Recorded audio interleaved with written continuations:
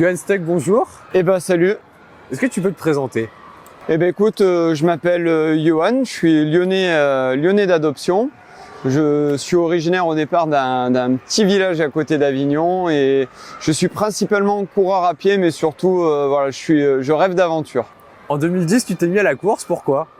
Je me suis mis à la course lorsque j'ai arrêté de fumer. Je fumais une trentaine de cigarettes par jour. Et étant en surpoids, parce que là aujourd'hui j'ai perdu 30 kilos, je me suis dit au lieu de compenser dans la bouffe, sois actif. Et du coup j'ai pris un short de foot, un t-shirt en coton, des baskets, celles que j'avais que dans l'armoire mais qui n'étaient pas forcément faites pour courir. Et je suis parti courir au lieu de compenser dans quelque chose à manger. Quel a été le déclic? Je pense que c'est cet arrêt de la cigarette, parce que ça faisait pas mal de fois où j'essayais d'arrêter et alors ça n'a pas été un échec parce qu'à chaque fois je m'en suis servi. Le déclic a été ça où pendant une journée j'ai plus envie tout simplement. Après derrière ça a été un autre travail à mettre en place, mais ça a été un petit peu le déclic, et le déclic de me dire maintenant je change de mode de vie en général. Tu as commencé du coup par un run de 20 minutes qui a été très dur. Combien de temps il t'a fallu pour monter en gamme? Alors il a été très dur. En plus, j'étais pas loin des 100 kilos. À côté de ça, j'ai commencé au mois d'août dans le sud de la France, donc j'avais pas pris les meilleures conditions pour le faire. Et la première chose que j'ai faite, c'est de m'ouvrir une bière une fois arrivé à la maison, ce qu'il faut pas faire. Et après, je me suis pris au jeu en me disant, change pas mal d'habitudes de nourriture. Et après, vas-y progressivement. Et les premières 20 minutes furent compliquées. À partir de quel moment tu t'es passé sur des distances plus élevées? Alors ça a mis du temps parce que mon but au départ, c'était de changer de mode de vie. Donc parce qu'au départ, les seuls légumes que je connaissais, c'était les pommes de terre. Je mangeais des pizzas tous les soirs parce que j'étais pizzaiolo. Je mangeais au resto le midi et le soir, je sortais beaucoup. Donc c'était pas terrible comme hygiène de vie. Et après, mon but était de plutôt courir un peu la semaine une fois et un peu plus long le week-end, et puis pas plus. Et au final, je me suis découvert peut-être des petites prédispositions.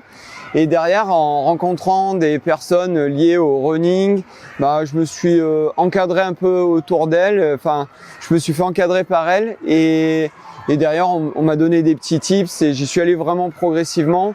Donc au bout de 1 an et demi, 2 ans, j'ai vu que la régularité payait et je commençais à courir de plus en plus vite et j'encaissais mieux aussi.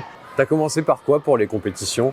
Alors ma première course a eu lieu sur Lyon, parce que je suis monté sur Lyon pour ma compagne et mon but était de faire un 10 km. Je trouvais la distance accessible et voilà, ça a été la première course qui restera gravée en moi pour toujours. Depuis, t'es passé sur les trails. Pourquoi ce changement? Écoute, maintenant je me rends compte que j'aime un petit peu la polyvalence pour toutes les distances et toutes les surfaces.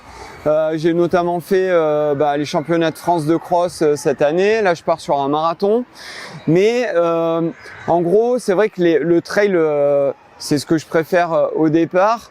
Parce qu'en découvrant Lyon, j'ai voulu aller à droite à gauche découvrir la ville, parce que c'est une très belle ville, historique et tout autour, en fait, il y avait pas mal d'endroits verts parce que c'est arrivé que je me perde et que je me retrouve plutôt dans des chemins et j'ai trouvé ça plutôt sympa.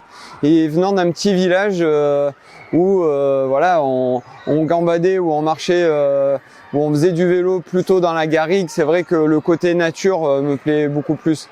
Qu'est-ce que tu dirais qu'est ton plus grand accomplissement?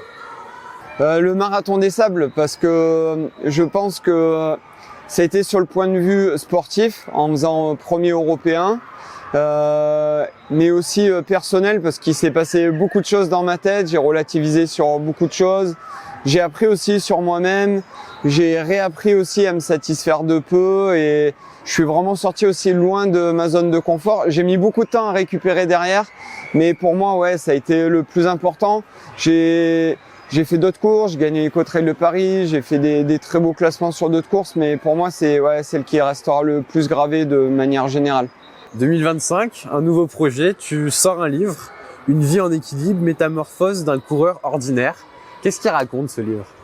Alors, je joue beaucoup sur mon histoire sur les réseaux sociaux, mais les réseaux sociaux restent les réseaux sociaux. Des fois, on peut être incompris. Parfois, même avec les algorithmes, on suit pas tout ce qui se passe. Je trouve que le livre apporte beaucoup plus de choses pour les gens qui me connaissent, parce que j'ai voulu faire quelque chose de très intimiste, authentique.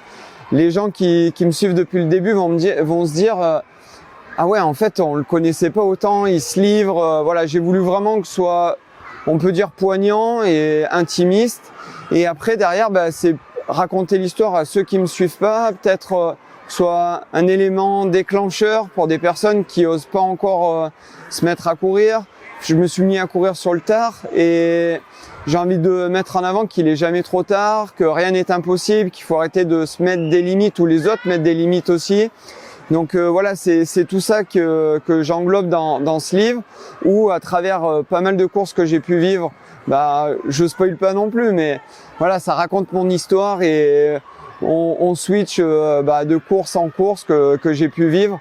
Et ouais, je veux vraiment que c'est une matière aussi, c'est quelque chose qu'on tient dans les mains, c'est pas virtuel. Et pour moi, voilà, c'était vraiment important et c'était un nouveau cap de ce changement de vie qui vient de passer.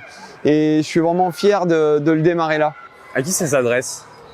Ça s'adresse à tout le monde. En fait, je voulais que ce soit aux sportifs, à ceux qui me suivent, à ceux qui veulent se devenir sportifs, ou tout simplement à des gens comme ça. Je veux pas que ce soit que le sport au départ. Non, c'est mode de vie, hygiène de vie, mood, voilà. Quel a été ton plus grand défi dans ta transformation? La régularité, ça a été le plus dur parce que j'ai toujours été dans les excès et j'avais peur de retomber encore. Dans mon livre, j'en parle beaucoup sur le côté. Je parle beaucoup de l'alcool qui a été un fléau pour moi parce que on parle beaucoup de la cigarette, du surpoids, de la mauvaise alimentation, du mauvais mode de vie, mais l'alcool a été quand même toujours un problème. Donc j'en parle dans le livre et j'essaye de continuer à travailler là-dessus. Et voilà, le plus dur, c'est de pas faire de trop gros écarts. Voilà, ça a été le plus dur, quoi. Pendant l'écriture du livre, revenir peut-être sur des passages de ta vie, ça a été quelque chose qui a été compliqué à mettre à l'écrit?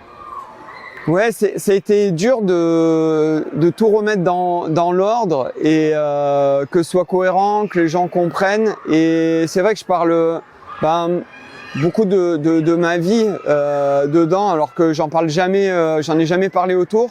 Et ça s'est fait vraiment progressivement. Au départ, je me suis dit on va raconter cette histoire du mec qui arrête de fumer, qui veut perdre du poids, qui au final derrière rentre dans la performance. Donc l'histoire elle est belle, c'est le rêve américain on va dire, mais derrière je voulais que ce soit plus intimiste et en fait c'est parti comme ça. Je parle de la perte de mes parents où j'étais pas dans un contexte social vraiment super équilibré et voilà, du coup, au contraire, il y a des remerciements pour ma maman qui m'a quitté il y a quelques années, qui a vécu ce changement. Et du coup, voilà, c'est aussi pour la remercier que je prends du temps à écrire pour elle, quoi. Tu te livres vraiment à cœur ouvert? Vraiment, totalement, ouais. C'est vraiment transparent et authentique, ouais. La course, aujourd'hui, c'est devenu vraiment ton atmosphère, ta vie. Tu regrettes des fois? Non, alors j'aime bien regarder en arrière et m'en servir, de voir d'où je viens, ce que j'ai fait mal aussi pendant cette période qui est plutôt un cercle vertueux, mais il y a eu des petits écarts, des petites fausses conduites, donc du coup non, au contraire, je m'en sers à fond, ouais. Au niveau de ton entraînement, ça va correspondre à quoi? C'est quoi une semaine typique de Johan? Alors maintenant, c'est vrai que le microcosme du running, je vis totalement dedans parce que je m'entraîne énormément, tous les jours, même 2 fois par jour. J'ai un jour de récup dans la semaine. Je travaille dans un magasin de running et puis à côté, je fais pas mal d'activations avec des marques, toujours liées au running. Donc ouais, ça fait des semaines très denses parce que je travaille à 40 heures, je m'entraîne 15 à 20 heures par semaine. J'ai ma vie de famille à côté, j'ai une fille Charlie qui a 10 ans, j'ai ma compagne Estelle qui m'accompagne au quotidien, on travaille aussi ensemble pour des projets, j'aime monter des projets. Donc ouais, c'est des journées très denses, je suis proactif, on va dire, et j'adore ça par contre. Alors qu'avant, c'était plutôt l'inverse, à rester dans le canapé, à regarder le sport un petit peu. Mais non, et au contraire, ça me motive à fond. Le matin, voilà, parfois j'ai des grosses courbatures, mais ça me fait sourire malgré tout. Le marathon des sables, le livre, ça va être quoi tes prochains objectifs? J'ai pas mal d'objectifs, j'ai un marathon sur route, donc le marathon de Londres, j'ai la chance de pouvoir le faire cette année. Les championnats du monde de Xterra Trail, où j'ai pu me qualifier l'année dernière. Et après, j'ai le projet aussi de faire le nouveau GR169 qui fait tout le tour de Lyon, qui fait à peu près 160 km. J'aimerais faire un temps de référence, mais déjà le faire et le mettre en avant parce que j'étais le premier à pester sur les embouteillages, le bruit, la pollution de Lyon, mais je faisais rien à côté. Et donc là, je me dis, je me rachète et je vais mettre en avant tout ce qui se passe autour, les endroits verts, les trucs sympas. Et du coup, c'est le projet. Et le marathon de New York aussi à la fin d'année. Et en gros objectif, le Grand to Grand, parce que du coup, le marathon des sables m'a encore plus focalisé sur les courses à étapes. Je trouve que c'est des aventures humaines, des aventures sportives et personnelles. Et du coup, le Grand to Grand, c'est une course à étapes autour du Grand Canyon. Pour finir, peut-être un message à quelqu'un qui va peut-être se lancer dans le running. Quel conseil tu lui donnerais? Alors, il faut savoir s'écouter.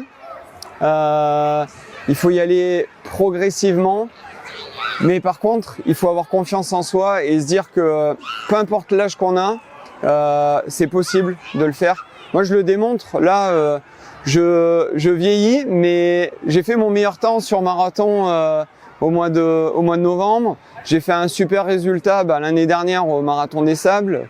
Donc, faut pas se mettre de barrière d'âge.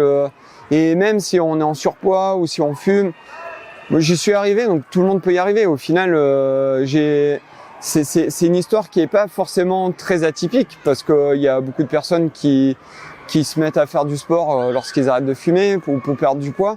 Donc franchement, allez-y, mais progressivement, faites-vous bien entourer et n'écoutez pas les autres. Vous ne mettez pas de barrière et pas de limite à cause d'eux. Et peut-être aussi la persévérance, parce qu'on voit pas forcément les résultats en commençant, ça peut être décourageant. Exactement, sans travail et sans persévérance, on peut rien faire. Faut être déterminé et puis faites-vous confiance. Et oui, le travail, ça paye toujours. On le retrouve où le livre? Là, on le trouve de partout, chez votre libraire le plus proche, à la Fnac, sur mon site internet et Cultura, etc. Je suis content qu'il soit vraiment de partout et c'est une grande fierté pour moi.